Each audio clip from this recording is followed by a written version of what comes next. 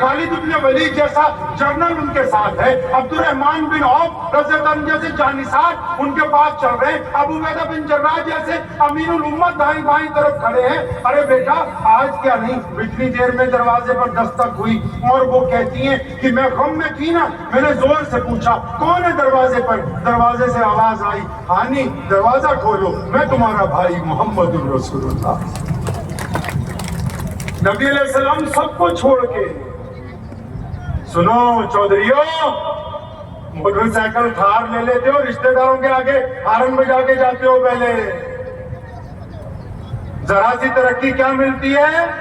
پہلے اپنے بھائیوں کو ذلیل کرنے کی کوشش کرتے ہو، چار پیسے کیا آ جاتے ہیں انہی کی ڈینگیں ہانکتے رہتے ہو۔ یہ پیغمبر اعظم ہیں جن کے بارے میں نبی علیہ السلام کو اللہ نے کہا آپ کہیں تو یہ پہاڑ سونے چاندی کے بن کے آپ کے ساتھ چلے، جہاں جو خرچ کرنا کیجئے۔ اور یقین مانو پوری دنیا کے لوگوں نے بڑی کھوپڑی لگائی کہ کس طرح نبی علیہ السلام کی صفت بیان کریں۔ شیخ سعدی لکھتے رہے تھک گئے، لکھتے رہے تھک گئے، آخر سارے شعر پھاڑ دیے، صرف ایک ہی کلمہ لکھا، کیا؟ فرمایا باز از خدا بزرگ توئی، فرمایا سعدی کا ایمان ہے کہ اللہ کے بعد اگر کوئی ذات ہے تو محمد الرسول اللہ کی ہے۔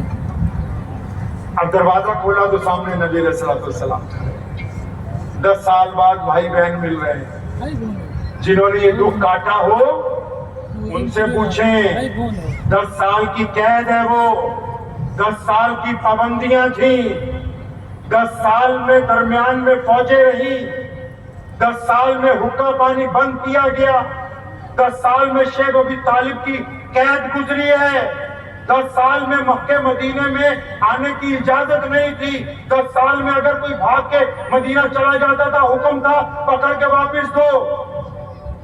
10 سال بعد جب بھائی بہن ملے ہوں گے اندازہ لگائیے کتنی تکلیف ہوگی۔ فرماتی ہیں زاروں کی تار، پیارے نبی علیہ السلام کی آنکھوں میں آنسو ہیں، بہن بھی۔ آپ کسی مولوی سے پاس بیٹھ کے پوچھنا ایمانداری سے، نبی صلی اللہ علیہ وسلم جب اس گھر میں پہنچے نا اس رات بہت شدت کی بھوک لگی ہوئی تھی۔ ہمارے نبی علیہ السلام نے کبھی باسی کھانا نہیں کھایا، فاقہ کیا ہے، بھوکے رہے ہیں، باسی کھانا جب بھی کھایا تازہ بنوا کے کھایا۔ پوچھ لینا مولویوں سے، یہ پہلی رات ہے زندگی کی جب اس گھر میں پہنچے، اپنی بہن ام ہانی کو کہا ہانی کچھ کھانے کے لیے ہے؟ ہانی جو ہے آنکھیں جھکائے کھڑی ہے، بھائی کچھ بھی نہیں، گھر میں تو فاقہ ہے۔ فرمایا بہت شدت کی بھوک لگی ہے۔ ہانی نے کہا یا رسول اللہ صلی اللہ علیہ وسلم ایک باسی روٹی ہے میرے پاس۔ باسی روٹی کو پانی میں بھگویا گیا۔ اب یقین مانے ہم لوگ کئی پروگراموں میں جاتے ہیں نا تو وہاں بے شمار کھانے جب دیکھتا ہوں تو پیارے نبی علیہ السلام کی یاد آ جاتی ہے۔ نبی علیہ السلام نے ہوتے ہوئے بھی سادگی کو اختیار کیا۔ ہم تو اتنا کھانا شادیوں میں آج پلیٹوں میں چھوڑ کے آ رہے ہیں۔ جس شہر سے ہمارے بھائی منور زماں آئے ہیں اس شہر میں سب سے بڑا چیلنج آج کے دور میں یہی ہے کہ بیٹی کی شادی کرنی ہے تو 20 لاکھ روپے کا کھانا ہونا چاہیے جو ان مہمانوں کو کھلا دینا چاہیے۔ باسی روٹی نبی علیہ السلام کو پیش کی، پانی میں بھگو کے پیارے نبی علیہ السلام نے روٹی کھا لی۔ روٹی کھانے کے بعد بستر لگ گیا، رات کا پہلا پہر ہے، بہن کھڑی ہے پاس میں، بھانجے بھی کھڑے ہیں۔ نبی علیہ السلام جب بستر پر پہنچے بیٹھ گئے، اپنی بہن کو کہا ہانی میں آرام تو نہیں کروں گا آج کی رات؟ آپ کو میں نے پہلے بتایا نا، ڈاکٹر ہوتا تو دوائیوں کی بات کرتا، انجینئر ہوتا اپنی بات کرتا، افسر ہوتا اپنی بات کرتا، لیڈر ہوتا اپنی بات کرتا، بھاماجہ ہوتا دولت کی بات کرتا۔ اب نبی علیہ السلام کون ہے جی؟ اس دین کے مالک ہیں۔ کس کے؟ اس دین کے کیا ہیں جی؟ ارے زور سے بولو، کیا ہیں؟ مالک ہیں۔ تو کیا ان کو بات نماز کی نہیں کرنی چاہیے تھی؟ روزے کی نہیں کرنی چاہیے تھی؟ اپنی بہن کو کوئی خاص تصویر نہ بتا دیتے؟ اپنی بہن کو کوئی خاص آیت نہ بتا دیتے؟ سنا سارے کے سارے لوگوں کس طرح تربیت ہوتی ہے قوموں کی۔ نبی علیہ السلام نے اپنی بہن کو کہا ہانی میں آرام کرنے نہیں آیا آپ کے پاس۔ جی رسول اللہ صلی اللہ علیہ وسلم کیا چاہتے ہیں؟ فرمایا میرے سامنے بیٹھ۔ بہن سامنے بیٹھ گئی، نبی علیہ السلام بیٹھے، سارے بھانجے بھی قریب میں آ کے بیٹھ گئے۔ اس رات نبی علیہ السلام نے جو بات اپنی بہنہ سے کہی ہے، میرا ماننا یہ ہے کہ شاید زمین پھٹ گئی ہوگی، یعنی میرا ماننا ہے یہ آسمان کا جگر پھٹ گیا ہوگا اس رات۔ یار اتنی بڑی فتح ہوئی ہے، آج ہم چھوٹی سی کوئی چیز جیت جائیں تو لوگ ناچتے ہیں گاتے ہیں، وہ مکہ فتح کیا ہے۔ اتنی بڑی فتح کے بعد اپنی بہن کے گھر پہنچے اور کچھ نہیں ملا، باسی روٹی کھائی، بہن کو سامنے بٹھایا، بہن چاہتی نبی علیہ السلام آرام کریں، فرمایا آرام نہیں کرنا، سنو مسلمانوں دل پر ہاتھ رکھ کے سنو پیغمبر اعظم علیہ السلام نے کیا کہا۔ بہن سامنے بیٹھی ہے، نبی علیہ السلام اپنی بہن کے سامنے بیٹھے ہیں، بالکل آنکھیں جھکی ہوئی ہیں، اور مفسرین کہتے ہیں جھڑیاں لگی ہوئی ہیں آنسوؤں کی۔ کیا کہتے ہیں اپنی بہن کو؟ اے ہانی، تو مجھ سے عمر میں بڑی ہے، 15-20 سال بڑی تھی۔ ہانی آپ کو شاید یاد ہوگا کہ جب میری ولادت ہونی تھی، ابھی 2-3 مہینے باقی تھے، میرے ابو حضرت عبداللہ کا انتقال ہو گیا تھا۔ ہانی میں نے اپنے ابا کو نہیں دیکھا، تو نے میرے ابو کو دیکھا ہے نا، آج کی رات محمد رسول اللہ کو بتا کہ میرے ابو جان کیسے تھے۔ آپ کو یاد آتی ہے مجھے اپنے ابو کی کبھی؟ نبی علیہ السلام نے اس خوشی کے موقع پہ جب لوگ تڑ مارتے ہیں، اس رات کس کا ذکر کیا؟ اپنے والد محترم کا ذکر کیا، اور پوچھا ہانی بتا تو صحیح میرے پیارے ابو کیسے تھے؟ ہانی روتے روتے کہتی ہے حضرت عبداللہ بڑی شان والے تھے، اتنے بڑے شہزادے تھے کہ چہرے پر بڑا نور تھا، جب چلتے تھے یوں محسوس ہوتا تھا کوئی شہزادہ چلا جا رہا ہو، اور کیوں نہیں جس کی پیشانی میں محمد رسول اللہ کا نور پوشیدہ ہوگا، وہ کیسا نوجوان ہوگا۔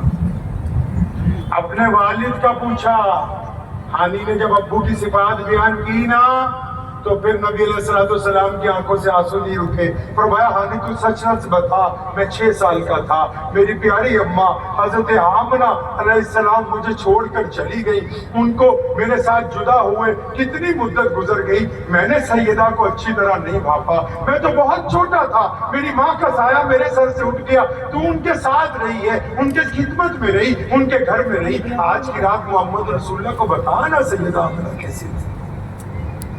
آپ نے کبھی کامیابی کے بعد دیکھو نبی علیہ السلام امت کو سمجھا رہے ہیں کہ جب تم کسی بڑی جگہ پہنچ جاؤ گے تو پھر پلٹ کے ان میں جانا ہے جو لوگ اس وقت تمہارے ساتھ تھے جب ساتھ تھا کوئی نہیں، ان کو پوچھنا ہے، پہلے ان کے پاس جانا ہے جو تمہارے ساتھ اس وقت تھے جب تمہارے ساتھ کوئی نہیں تھا۔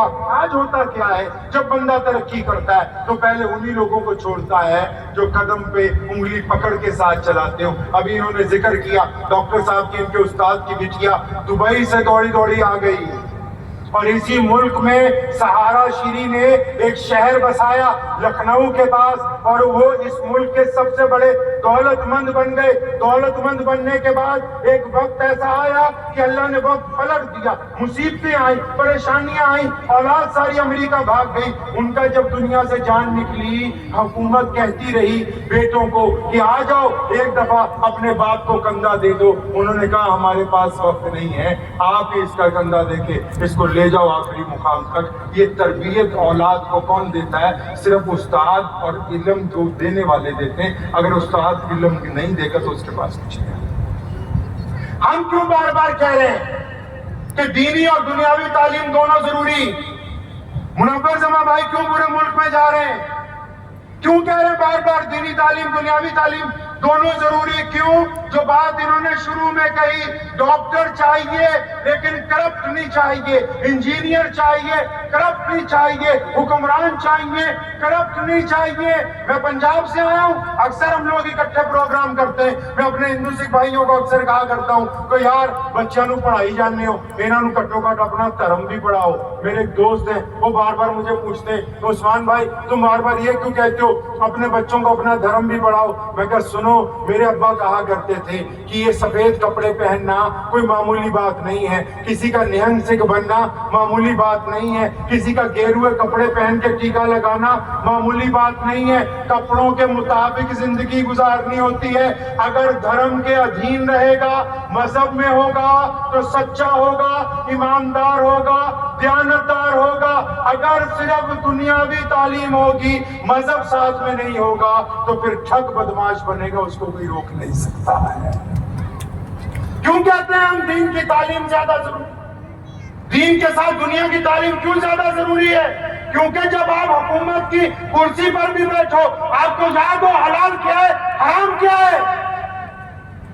آپ نے کسی یونیورسٹی میں کالج میں سنا کہ حرام کے پیسے کیا ہوتے ہیں حلال کے کیا ہوتے ہیں؟ سنا کبھی یونیورسٹی میں آپ نے سنا کہ ماں باپ کی خدمت کرو؟ نہیں. وہ پروفیشنل تعلیم ہے. وہ یہ سمجھائیں گے کہ سال کا پیکج کتنے کروڑ کا ہوگا, سال میں کتنی آمدنی ہو سکتی ہے, لیکن اس پیکج کے ساتھ اگر محمد رسول اللہ کا دین جڑ جائے گا تو اس پیکج کے اندر ایمانداری آ جائے گی, دیانتداری آ جائے گی, اخلاص آ جائے گا, محبت آ جائے گی. اور اگر صرف دنیا کی تعلیم ہوگی تو پھر دنیا ہی باقی رہ جائے گی, ایمانداری آپ کے پاس باقی رہنے والی نہیں. تو بیٹوں کو بھی پڑھانا ہے, بیٹیوں کو بھی پڑھانا ہے. پڑھائیں گے انشاءاللہ, بیٹوں کو بھی اور بیٹیوں کو بھی پڑھانا ہے. دونوں کو آگے لے کے جانا ہے, دونوں کی یکساں تربیت کرنی ہے. اگر آپ اس چکر میں ہیں کہ صرف تعلیم سے ہی آگے بڑھیں گے تو آخری بات آج وہ بھی سنتے جائیے. کسی نے کہا ہے کہ قوم مذہب سے ہے,